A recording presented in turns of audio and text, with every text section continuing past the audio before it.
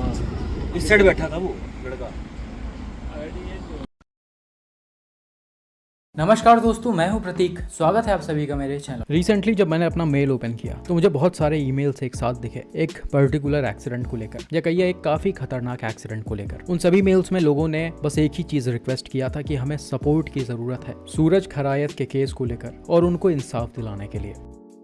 अब ये case exactly क्या है, एक्सीडेंट कैसे हुआ, वो हम आगे बात करेंगे, लेकिन उससे पहले इसी से रिलेटेड कुछ चीज़ों पर बात करते हैं। आप सभी को बहुत अच्छे से याद होगा, पिछले साल यानी कि लगभग 1 साल पहले गुजरात के वडोदरा में एक काफ़ी भयानक एक्सीडेंट हुआ था, जिसमें एक यंग एज का लड़का 22-23 साल का अपनी फोक्सवैगन वर्टिस को हाई स्पीड में दौड़ाता है और कई सारे पेडेस्ट्रियंस को और 2 व्हीलर्स को हिट कर देता है, जिसमें अनफॉर्चुनेटली एक पर्सन की जान चली जाती है और 7 से 8 लोग बुरी तरह से इंजर्ड हो जाते हैं।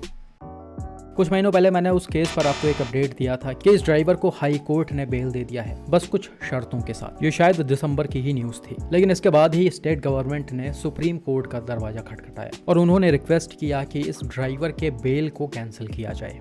कोर्ट में उनका क्लियरली कहना था कि जिस तरह से गाड़ी को चलाया जा रहा था वो बहुत ही ज़्यादा खतरनाक था और एक्सीडेंट करने के बाद लड़के का जो बिहेवियर था वो बहुत ही अलग था। मतलब इसको किसी भी तरह का कोई पछतावा नहीं था, साथ ही साथ इसने ड्रग्स भी ले रखा था। तो कुल मिलाकर ये आगे सोसाइटी के लिए खतरा है, तो इसके बेल को कैंसिल किया जाए।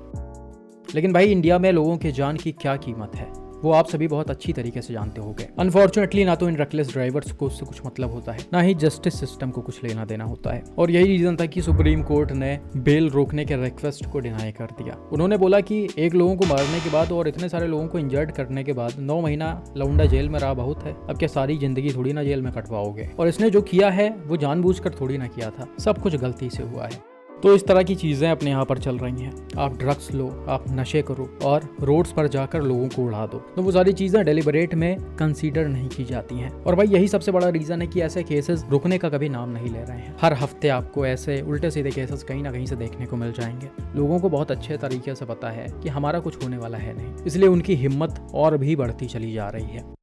और भाई हमारा नाम सिर्फ यहीं पर नहीं, यानी इंडिया में ही नहीं बल्कि बाहर भी खराब हो रहा है इन सारी चीज़ों की वजह से। मतलब स्ट्रिक्ट एक्शन ना लेने की वजह से ऐसे रेकलेस ड्राइवर्स जो होते हैं जब वो बाहर जाते हैं तब वहाँ पर भी वो उसी तरह से ड्राइविंग करते हैं। अभी रिसेंटली मैंने ट्विटर पर एक पोस्ट देखा था जिसको कनाडा के एक रेजिडेंट ने शेयर किया है। हालांकि इन्होंने एक दूसरे एक्सीडेंट की पोस्ट को कोट करते हुए अपना एक्सीडेंट शेयर किया था। पर्टिकुलर पोस्ट में आप देख सकते हो क्लियरली लिखा हुआ है कि एक ड्रंक इंडियन ड्राइवर ने लापरवाही से गाड़ी चलाते हुए इनकी गाड़ी को हिट किया है और 5 महीनों से ऊपर हो गए ये इससे रिकवर नहीं हो पा रहे हैं। मतलब इनको जो भी चोटें लगी होंगी वो अभी ठीक नहीं हुआ है। और एक्सीडेंट भी बड़ा ज़बरदस्त था। आप देख सकते हो एक 2 लेन वाला रोड है जिस पर बीच में 2 सॉलिड लाइंस हैं, जिसका क्लियरली मतलब होता है कि आप लेन्स को चेंज नहीं कर सकते हो या फिर ओवरटेक नहीं कर सकते हो। लेकिन वहीं सामने वाली कार रॉन्ग साइड में आती है, यानी डैश कैम कार की साइड में आती है और सीधा आकर इसको हिट कर देती है, जिसके बाद कार का कुछ ऐसा हाल हो जाता है। तो इस तरह की चीज़ें करके हम इंडिया में अपने लोगों के जान से सिर्फ खिलवाड़ नहीं कर रहे हैं बल्कि बाहर जाके दूसरों के जान से भी खिलवाड़ करते हैं। और भाई जैसे कि मैंने बताया कि ये सारी चीज़ें मेनली इसीलिए होती हैं क्योंकि हमें आदत नहीं है। यहाँ पर चीज़ें कभी उतनी स्ट्रिक्ट हुई नहीं, लॉज जो हैं वो नॉर्मल ही हैं। आप सुबह एक्सीडेंट करो, शाम तक आराम से फ्री हो सकते हो। अगर चीज़ें बहुत ज़्यादा हाईलाइट नहीं हुई तो हाईलाइट होंगी तो 4-6 महीना आपको जेल में रखा जाएगा, फिर आप आराम से छूट सकते हो। और इन्हीं चीज़ों की हमें आदत पड़ गई है।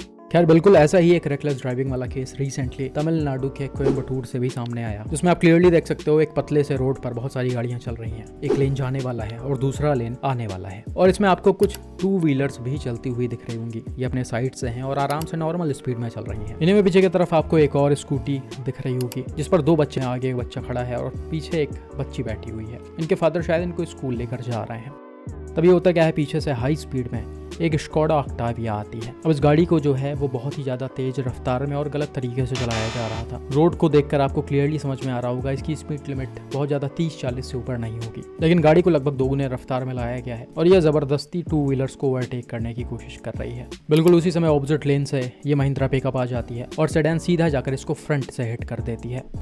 और इसने सिर्फ इसी को नहीं बल्कि इससे जस्ट पहले लेफ्ट साइड में चल रहे इस स्कूटी को भी हिट किया है जिस पर ये छोटे बच्चे बैठे हुए थे। अब इम्पैक्ट इतना जबरदस्त था कि टक्कर से स्कूटी थोड़ी दूर जाकर गिरी। इसके राइडर और बच्चे जो थे वो भी सड़क पर गिर गए और सेडान एकदम से उछलते हुए पूरे रोड पर मुड़ गई। अब एक्सीडेंट के तुरंत बाद आसपास के लोग भागते हुए गाड़ी के पास आते हैं, स्कूटी के पास जाते हैं और इंजर्ड लोगों की हेल्प करते हैं। तो भाई यहाँ पर जो भी सिचुएशन था वो नॉर्मल तरीके से नहीं हो सकता है। मतलब कोई भी इतना बेवकूफ़ नहीं होगा कि इतने ज़्यादा भीड़ में, इतने ज़्यादा पतले रोड में अपने गाड़ी को इतना हाई स्पीड में चलाए, रेकलेसली चलाए। एज पर द रिपोर्ट कोडा के जो ड्राइवर थे वो ड्रंक थे।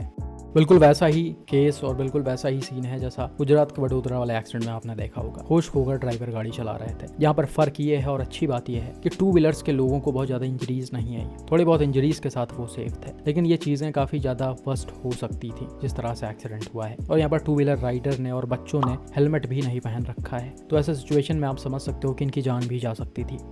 तो इससे एक चीज़ बहुत अच्छे से समझ में आती है कि आपको कितना भी पास जाना हो अपने घर के 400-500 मीटर पास, कॉलेज, स्कूल या फिर मार्केट जाना हो, आपको हेलमेट हमेशा पहनना चाहिए, क्योंकि रेकलेस ड्राइवर्स आपको हर जगह मिलेंगे, चाहे वो हाईवेज, एक्सप्रेसवेज हो, सिटी के अंदर वाला रोड हो या फिर गाँव के अंदर वाला रोड ही क्यों ना हो। तो इसलिए अपने सेफ्टी के लिए और अपने लोगों के सेफ्टी के लिए आपको चीज़ों को फॉलो करना चाहिए।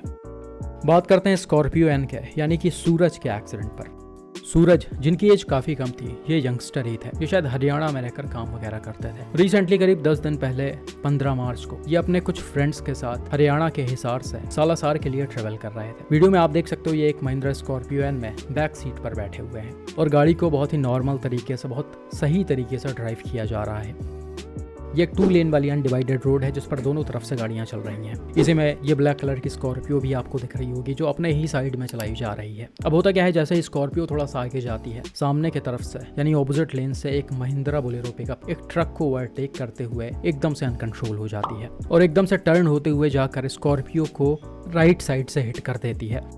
यहाँ तक आप देख सकते हो स्कॉर्पियो बिल्कुल अपने साइड पर ही थी, मतलब इस गाड़ी ने साइड नहीं छोड़ा या फिर इसने कोई ओवरटेक करने की कोशिश नहीं की थी। हालांकि यह टक्कर कोई नॉर्मल तरीके से नहीं बल्कि बहुत ही ज्यादा भयानक होता है, जिसके बाद पिकअप तुरंत ही अनकंट्रोल होकर सड़क पर ही पलट जाती है और भाई स्कॉर्पियो एन के परखच्चे उड़ जाते हैं। वीडियो में आप क्लियरली देख सकते हो उसका राइट साइड एकदम ही गायब हो गया है, फ्रंट डैमेज हो गया है, दोनों डोर्स उखड़ कर बाहर चले आए हैं और बैक साइड में भी थोड़ा बहुत डैमेज दिख रहा है।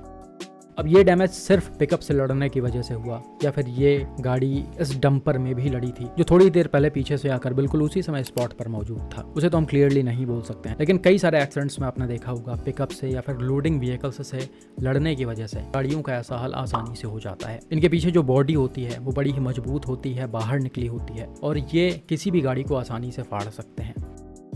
अंदर बैठे पैसेंजर्स की अगर हम बात करें तो अनफॉर्चुनेटली इसमें सूरज की ऑन द स्पॉट डेथ हो गई, जबकि बाकी जो उनके फ्रेंड्स थे उनको इंजरीज आई हैं। अब वीडियो को हम थोड़ा सा रिवर्स करते हैं तो आप यहाँ पर क्लियरली देख सकते हो पिकअप का जो ड्राइवर था वो ज़बरदस्ती ट्रकों को ओवरटेक कर रहा था और जब उसके सामने ये कंटेनर आ गई है, ड्राइवर ने अचानक से स्टीयरिंग को लेफ्ट घुमाया है और इसी वजह से ये गाड़ी अनकंट्रोल होकर टर्न होते हुए स्कॉर्पियो एन में लड़ी है। अब भाई यहाँ पर पिकअप का ड्राइवर जो है वो सिर्फ गलत तरह से ड्राइविंग नहीं कर रहा था बल्कि एज पर द रिपोर्ट ये ड्रंक भी था। शायद इसी वजह से इसे और भी चीज़ें समझ में नहीं आई है। लेकिन भाई यहाँ पर जिन्होंने भी इस एक्सीडेंट को मुझे शेयर किया है उन्होंने बताया कि वहाँ की जो पुलिस है वो उनकी प्रॉपर हेल्प नहीं कर रही है। FIR तो रजिस्टर हो गया है लेकिन इसके जो ब्लड रिपोर्ट्स हैं वो पुलिस प्रोवाइड नहीं कर रही। अगर ये रिपोर्ट फैमिली को मिल जाता है तो इन पर और भी चार्जेस लगेंगे और इनको कड़ी से कड़ी सजा होगी। लेकिन अब पुलिस रिपोर्ट क्यों नहीं देना चाह रही, क्या सीन चल रहा, वो तो वही बता सकते हैं। लेकिन ऐसा कहना है कि सूरज की फैमिली बार बार पुलिस स्टेशन पर विजिट कर रही है और कोई भी हेल्प नहीं हो रही उनकी। तो वाकई में भाई ये बहुत ही ज़्यादा शर्मनाक है। अगर पिकअप का ड्राइवर ड्रंक था और ब्लड रिपोर्ट में सारी चीज़ें क्लियर हो रही हैं तो उसे पब्लिक करने में क्या दिक्कत है। और रिपोर्ट में कुछ भी आया हो आप उसे पब्लिक करो या फिर विक्टिम के फैमिली को दो, आप उसको अपने तक कैसे रख सकते हो। यहाँ पर जो भी सूरज के साथ हुआ है वो बहुत ही ज़्यादा बुरा और दर्दनाक था। आप समझ सकते हो कि आप कितने भी सेफ गाड़ी में क्यों ना बैठे हो, कितनी भी मजबूत गाड़ी हो, आपकी कोई भी गलती ना हो, आप सारी चीज़ों को फॉलो करते हुए चल रहे हो, लेकिन फिर भी कोई ऐसा लापरवाह ड्राइवर सामने से आएगा और आपकी जान लेकर चला जाएगा। और सबसे दुख की बात यह है कि उस लापरवाही की उसको कोई कड़ी सज़ा भी नहीं मिलती है।